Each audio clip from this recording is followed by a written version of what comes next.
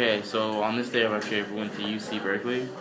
UC Berkeley is one of the top schools in the country and the top UC. So it was pretty interesting to go there. The layout is a lot like UW, but a lot sunnier, more trees. So yeah, so when we first got there, we got surveyed by some students who were doing a dance. So our job was to basically look at the dance and kind of guess what culture it was from or describe what the dance looked like. So it was pretty interesting getting surveyed literally as soon as we walked into the campus, just showing how active the students are around campus. And after that, we went to the name is escaping me, but we went to the tower on campus. It's the third largest clock tower in the world, so that was pretty cool to be able to experience that. But this tower was constructed and built or constructed in the early 1900s, and it served as there's a system of bells. I can't remember what the instrument is called, but it's a Carillon. Okay, yeah, that. It's a series of bells that would ring over the campus, and it kind of added to the culture and the experience of the UC Berkeley trip. So it was really cool to be able to experience that and to be able to go up that. It's 307 feet tall, so it was pretty high up, and the view was amazing. You got to see literally 360 view of California, the greater California area, or the Bay Area. So you could see San Francisco, you could see the city, like the whole city, the skyline and everything. But you could also turn around and you could see University of San Francisco and all the other things that we've mentioned, or most of the other things that we mentioned in these previous videos. So yeah, it was just really cool to be able to experience that.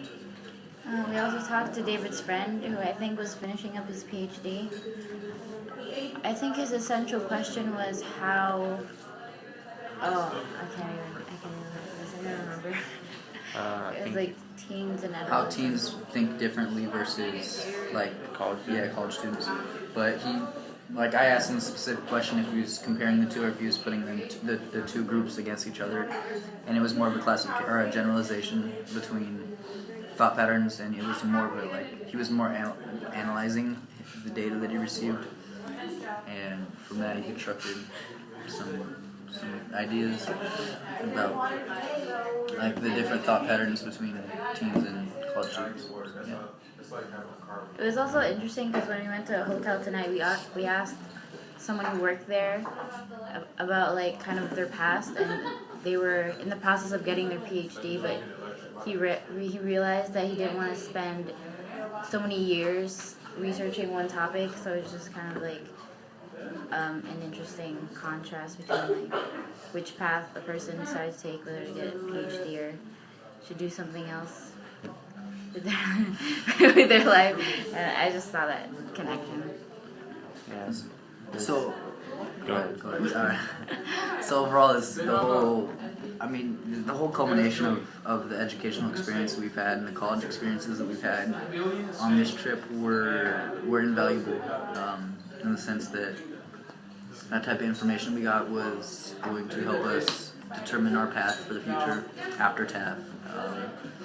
And it also added, in addition, it was a key part of what we learned at TAF. So it was reaffirming what we've been introduced to by the college prep staff at TAF. So it was really cool to know that the things that they're doing is actually really tied into the real world. And we saw that evidence of that today. Yeah, it was kind of in agreement to what Denise said. We saw people who stayed in school through their masters, getting their PhD and doing well and liking what they're doing.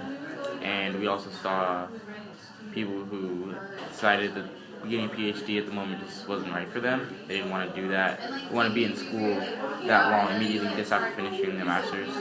And which isn't necessarily a bad choice, because he's now working in a startup company. It's doing really well. So we got to see all sides of life after high school, life after college. So yeah.